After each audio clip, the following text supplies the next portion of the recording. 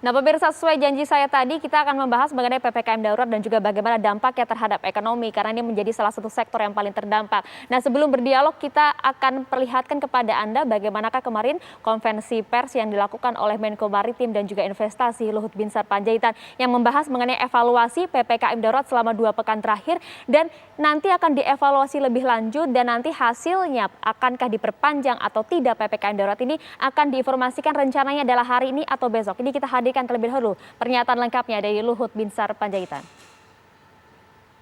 Dan hasil monitoring kami terhadap indikator Google Traffic, Facebook Mobility, dan indeks cahaya malam telah terjadi penurunan yang cukup signifikan terhadap penurunan mobilitas dan aktivitas masyarakat.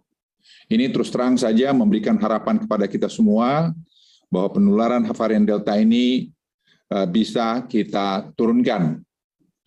Namun penurunan mobilitas dan aktivitas masyarakat ini tidak serta-merta langsung menunjukkan penurunan penambahan kasus. Walaupun 3 hari kebelakangan ini terlihat data-data sudah mulai membaik. Karena ada masa inkubasi penularan yang telah terjadi sebelumnya dan berbagai faktor lain.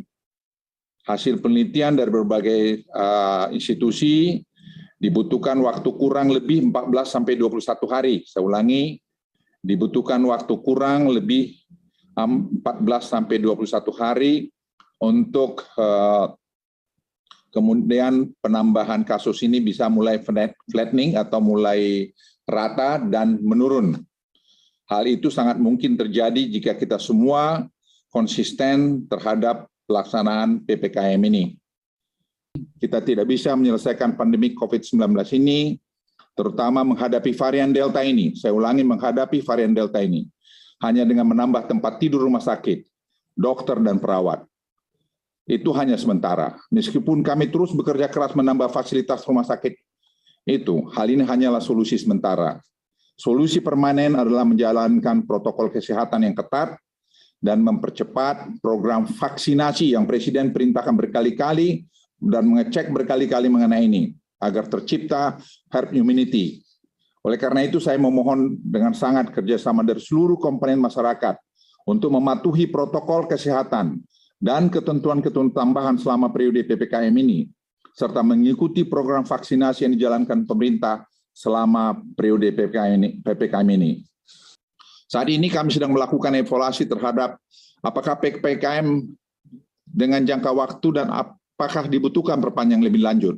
Kami akan laporkan pada Bapak Presiden dan saya kira dalam 2-3 hari ke depan kita juga akan mengumumkan secara resmi. Sebagai koordinator PPKM Jawa dan Bali, dari lubuk hati yang paling dalam saya ingin meminta maaf kepada seluruh rakyat Indonesia jika dalam penanganan PPKM Jawa Bali ini masih belum optimal. Saya bersama jajaran dan menteri kepala lembaga terkait akan terus bekerja keras untuk memastikan bahwa penyebaran varian Delta ini bisa diturunkan. Iya, tadi sudah disampaikan langsung oleh Menko Maritim dan juga Investasi bahwa hasil evaluasi PPKM darurat nampaknya belum cukup optimal begitu. Kita akan bahas hal ini bersama dengan Ibu Miranda Suare Gultom, kita tahu sebagai ekonom senior dan juga kita tahu bersama pernah menjabat sebagai Deputi Senior Gubernur Bank Indonesia tahun 2004-2008 ya Ibu ya. Assalamualaikum, selamat pagi Bu Miranda. 2009, baik. Halo, selamat pagi Ibu, salam sehat. Salam sehat. Ya, Ibu, tadi kita sudah dengarkan bersama hasil evaluasi yang nampaknya belum begitu efektif dan juga optimal lah. Catatan-catatan Ibu mengenai hal ini yang Anda cermati seperti apa? Karena nampaknya masyarakat kita kok tidak mencermati hasil upaya dari pemerintah begitu.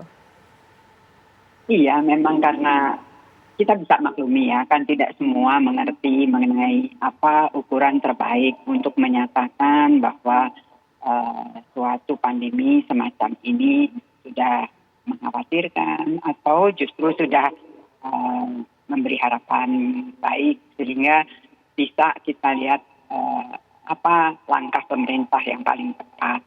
Tadi Pak Luhut menyebutkan bahwa mereka melakukan checking mobilitas ya, tetapi data-data menunjukkan hal yang beda. Paling tidak kalau kita lihat ya, kalau ingat PPKM darurat itu tanggal 3 Juli.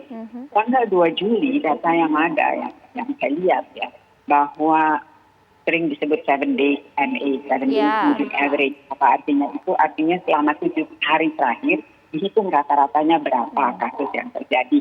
Jadi kalau tanggal 2 Juli itu dihitung dari 26 Juni sampai 22 Juli berapa rata-rata per hari. Dan itu pada saat itu rata-rata per harinya itu 41.000 lebih loh. Kalau dibandingkan dengan minggu sebelumnya, jadi dari tanggal 19 Juni sampai 26 Juni, 25 Juni, itu rata-rata per harinya baru 28.000. Naik 44% dalam Hampir waktu setengahnya ya, seminggu. Bu? Iya, pemerintah harus melakukan sesuatu. Kalau tidak, kan selalu ada trade off. Mau bebas, mau boleh ngumpul. Pandemi akan jalan terus. Kalau pandemi jalan terus, maka apa yang akan terjadi? Mau tidak mau sebagai pemerintah yang bertanggung jawab harus mencegah. Dan satu-satunya cara mencegah adalah melakukan suatu tindakan yang tegas, konsisten, dan diberlakukan. Dan itulah yang dilakukan di dalam PPKM. Kita memang bisa memaklumi lah ya, kalau orang nggak selalu semua mengerti gitu ya. Biasanya lihat, oh hari ini naik, besok udah turun, oh oke. Nggak bisa gitu. Tapi bahkan banyak Kita juga harus yang nggak lihat melihat, Ibu. Banyak juga yang nggak melihat kemudian mengabaikan pemerintah sudah memberikan upaya-upaya tegasnya dalam ini PPKM darurat, berbagai pengetatan dilakukan. Tapi masyarakat kita kok kayaknya kesadarannya masih belum cukup ya. Ya seperti saya katakan, ada yang mengerti lalu dengan sadar menjaga diri. Ada yang belum mengerti karena memang mereka level pengetahuannya ya cuma lihat, oh kemarin 30.000, sekarang cuma 20.000 udah baik. Dia nggak lihat selama seminggu terakhir itu masih tetap menanjak karena mereka tidak mengetahui itu. Oleh sebab itu penting sekali untuk menjelaskan dengan baik. Ayo, kalau kita mau sama-sama, karena ini kan nggak bisa pemerintah sendiri, harus semua. Rakyatnya harus ikut, kita semua harus ikut, bertanggung jawab sama-sama gitu ya. Supaya pandeminya bisa cepat berlalu. Kalau lebih cepat berlalu kan ekonominya bisa lebih mulai bergerak. Memang nurun terus selama tahun 2020. Kita harapkan kan sebetulnya ya kalau dilihat ya, dari sejak triwulan 2 2020 sampai triwulan 1 2021 itu kan ekonomi kuartalan turun terus. Tahunan juga turun. Tapi kan kuartal 2 sudah mulai membaik. Seharusnya. Gambarannya paling tidak sampai data-data bulan Mei sudah begitu. Juni juga begitu, tapi menjelang Juni pertengahan ke akhir, kita lihat melonjaknya itu eksponensial. Apa sih arti eksponensial? Melonjaknya itu tajam bener. Ya. Berapa persen Ibu perbedaannya? Berapa? Perbedaannya berapa persen itu peningkatannya? Oh, peningkatan dulu pada waktu sudah mulai turun, ya naiknya semakin lambat. Ya bukan berarti nggak tumbuh, nambah, kasus nambah, banyaknya orang yang kena nambah. Tapi pertambahannya lebih kecil dibanding dengan sebelumnya. Itu namanya pertumbuhan tetapi melambat. Ini pertumbuhan makin cepat. Sehari nambahnya bisa lebih banyak daripada hari sebelumnya. Dan itu yang menunjukkan indikasi bahwa suatu kebijakan yang tegas dan konsisten diperlukan. Kalau tidak, akan lebih costly, akan lebih berbahaya untuk jangka panjang. Ya, karena kan ini kan pertarungannya adalah kesehatan dan juga ekonomi. PPKM darurat diberlakukan, tapi masyarakat di bawah ini kan Bu, kita tahu banyak sekali penolakan-penolakan dari sejumlah masyarakat di berbagai daerah, di Lampung, di Bandung. Nah, itu kan kalau kita lihat kan kemudian mereka kan ya harus berjuang juga hidup dan mati. Mau makan dari mana mereka kalau kemudian tidak bisa keluar. Sementara bantuan sosial juga selama ini bagi mereka yang kemudian sudah terdata juga belum muncul juga Bu, belum cair-cair. Ya jelas lah kalau dilakukan PPKM pasti akan terpengaruh aktivitas ekonominya, ketahanan sosial masyarakat apalagi yang miskin dan rentan itu semakin parah. Itu sebabnya yang perlu kita perhatikan apakah pemerintah menunjukkan bahwa mereka memahami di dalam segala kebijakannya bahwa satu kebijakan PPKM itu punya dampak terhadap daya beli, punya dampak terhadap pengangguran, punya dampak terhadap orang-orang miskin dan orang-orang rentan. Menurut Ibu, apakah pemerintah sudah memahami betul berbagai persoalan ini, Bu? Ya kalau saya lihat ya terutama dari dulu saya sudah percaya itu, tetapi kebijakan yang kemarin baru diumumkan naik lagi dari 999, sekian triliun jadi 700 hampir 745 triliun, itu naik 45 triliun loh, dan semuanya adalah untuk menjaga agar daya beli, agar kegiatan ekonomi meskipun sangat terbatasi itu masih bisa tetap naik.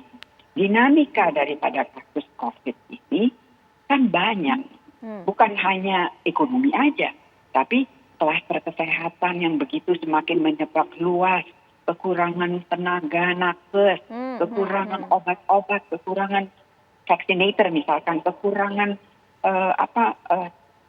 tempat tidur, banyak. Jadi dampaknya ini oleh pemerintah diatasi. Coba lihat ya. Pengumuman kemarin itu Singkat ya, saja, Ibu. saya senang lihatnya.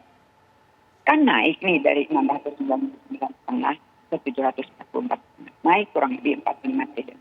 Apakah masyarakat sadar bahwa dari segitu banyak yang naik, untuk dana perlindungan sosial itu naiknya 22%. Ya, dari 154 triliun ke 188 triliun. Artinya lebih dari 50% kenaikan 45 triliun itu khusus untuk dana perlindungan sosial. Nggak banyak yang mau lihat ke situ. Ya. Kedua, dana kesehatan itu yang kedua. Dana kesehatan itu naik 11 triliun. Naik 11 triliun itu dari 194 ke 215 triliun. Itu artinya 42% naiknya. Jadi pemerintah sebenarnya sudah kemudian mengerahkan segala tenaganya untuk dapat kemudian mengalihkan atau refocusing lah ya ekonomi kita menuju ke kesehatan begitu ya? Iya, itu broadband lah ya, karena bukan hanya itu saja, ada juga insentif usaha, ada juga program prioritas, ada dukungan UMKM. Tetapi kalau kita lihat dari 45 triliun yang naik itu benar-benar orang kalau bilang pemerintah nggak peduli sama orang miskin, saya rada nggak setuju. Ada banyak yang sudah digelontorkan. Data-data nggak berbicara gitu. Oke, ini cukup menarik. Ini cukup menarik Bu Miranda untuk kita dalami, tapi usai jeda ya kita tahan dulu. Saat lagi Apa Kabar Indonesia Pagi akan kembali untuk Anda pemirsa. Ya, kita lanjutkan dialog kita lagi pemirsa, masih terhubung bersama kami ada Bu Miranda Gultom. Bu Miranda masih terhubung ya? Yes. Ya, Bu. Kita kemudian ingin tahu Bu sebenarnya kondisi ekonomi kita untuk menghadapi PPKM darurat jika kemudian diperpanjang ataupun tidak. Sebenarnya seberapa sehat sih, karena pemerintah kan sudah menggelontorkan dana APBN bahkan APBD juga cukup besar. Tapi masyarakat melihatnya kok kayaknya pemerintah nggak melakukan apa-apa ya gitu. Ini ada dua pertanyaan ya. Satu, safe atau enggak, aman atau enggak. Kalau menurut saya sih aman ya, bahkan di antara begitu banyak di negara di dunia ini, salah satu negara dari sedikit banyak negara yang masih diprediksi oleh siapa saja, termasuk lembaga-lembaga dunia, IMF, World Bank, semuanya itu yang dianggap masih bisa tumbuh positif tahun 2021. Indonesia termasuk di dalamnya. Juga nggak terlalu kecil. Iya, kita udah tadinya memperkirakan 4,8, sekarang udah di-review kelihatannya di bawah 4% saja, tapi tetap masih tumbuh di atas 3%, antara 3 sampai 4%. Tergantung siapa yang lihat. Kalau S&P ngelihatnya rendah 3,4, 2,3 sampai 3,4. Kalau pemerintah lihatnya 3,8, kalau BI lihatnya 3,7. Pokoknya sekitar itu. Tapi masih tumbuh. Enggak dalam setahun itu tumbuhnya negatif seperti tahun 2020 kan negatif. Kalau 2021 enggak. Jadi kalau dibilang aman atau enggak menurut saya. Berarti artinya sebenarnya sudah ada perbaikan dong dari tahun lalu? Iya, tetapi kan kalau saja tidak ada kenaikan tinggi akibat varian Delta dan akibat kekurangan hati-hatian daripada masyarakat, maka kita bisa naik lebih banyak lagi. Kan tadinya diperkirakan 4,8, beda 1% kan banyak dari PDB sebegitu besar. Jadi kalau dibilang aman, menurut saya aman. Apakah dari sisi fiskal aman? Aman. Kita itu termasuk yang paling kecil di dunia. Sekarang nggak sampai 6% kita punya defisit ya, itu kecil. Negara lain hampir 100%, ada lebih dari 100% seperti Jepang. Jadi kita kecil, aman. Yang menjadi masalah adalah yang kedua tadi, pertanyaan Anda. Masyarakat ngomel karena kok katanya pemerintah bikin macam-macam belum merasakan. Bahwa sama sekali tidak dirasakan nggak benar. Ya. Karena sudah Karena ada, saya sudah ngalamin dikeluarkan. sendiri, ya. Security saya sakit, pergi ke puskesmas, diperiksa, disuruh isoman, besoknya dianterin obat lengkap. Dan berapa hari sekali ditelepon, ada jalan. Itu security saya loh, nobody, bukan berarti orang penting aja, tapi orang-orang kecil, ya. Bahwa masih banyak yang belum merasakan, iya. Kalau saya dengar Betul kemarin juga di lapangan, betul saya juga Bu. sedikit- Iya, saya dengar sedikit ya lagi Bu Sri Mulyani konferensi pers. Dia bilang APBD itu juga mengalokasikan bantuan, baik bantuan untuk perlindungan sosial maupun bantuan untuk kegiatan ekonomi masyarakat, ya, pengusaha kecil dan menengah. Dari 25 triliun, 25,2 atau berapa, baru 4,6 triliun yang tersalurkan, 2,1 berapa untuk yang satu, 2,1 untuk yang satu lagi, untuk perlindungan sosial. Lah, segitu banyak loh. Kok dari 25 cuma 4, itu gimana ceritanya? 20% aja kurang, cuma 18% yang tersalurkan. Oke, jadi permasalahannya kalau Anda lihat gimana, Bu? Ya, menurut saya ya solusi pertama tentunya ya dicubit deh sedikit Pemdanya ya. Kalau saya dicubit manis-manis supaya nggak marah gitu ya. Ayo kerja lebih baik lagi. Tapi yang kedua yang juga tidak kalah pentingnya kan penyebabnya itu bisa berbeda-beda antara satu pemerintah daerah dengan pemerintah daerah lainnya. Ada pemerintah daerah yang karena peraturannya belum jelas, dia sendiri belum sempat bikin peraturan, dia takut, nggak berani keluarin. Ada pemerintah daerah berani keluarin, tetapi tidak punya orang untuk bantu keluarin. Ada yang bla bla bla banyak. Itu harus disisir satu persatu menurut saya. Dan menurut saya bukan tidak mungkin dipercepat. Kalau APBN aja bisa dipercepat, kan kita lihat pengeluaran pemerintah. Misalkan yang kemarin ini juga kan banyak ya bantuan-bantuan yang belum sampai. Itu di pusat, dari bantuan dari pusat. Tetapi kan data menunjukkan udah semakin baik. Saya nggak mau nyebut datanya berapa, tapi semakin baik. Dan ini artinya apa? Artinya ada yang harus bisa dilakukan. Iya, sudah Nggak ada bisa angin kerja segar lah sebenarnya. sebenarnya, harapan-harapannya sudah ada ya Bu. Cuman implementasi ke bawahnya ini yang perlu kemudian diperhatikan lagi, diawasi lebih baik. Iya, itu kan selalu istilahnya, kalau istilah kerennya, the devil is in the detail. Ya. Devilnya tuh di detailnya. Ya. Bikin aturan, bikin segala macam bisa. Bikin segala macam bisa. Tapi giliran mau melaksanakan, ini letak kunci paling penting. Jadi PR besar untuk pemerintah, kemudian bagaimana strateginya sudah cukup baik, ekonomi kita bahkan sebenarnya sudah cukup siap, tapi implementasi ke bawahnya ini bagaimana kemudian bantuan-bantuan ini, segala fasilitas yang diberikan pemerintah bisa cepat sampai ke tangan masyarakat. Tapi itu belum lengkap. PR besarnya bukan hanya di pemerintah. Apa itu, Bu? PR besarnya itu di masyarakatnya juga. Kalau masyarakatnya tetap tidak mau prokes, tetap hanya bisa ngomel aja, tetapi tidak berbuat apa-apa, juga terletak di dalam aparat-aparat yang harus melaksanakannya. Tidak hanya di pemerintah, juga terletak di perusahaan-perusahaan.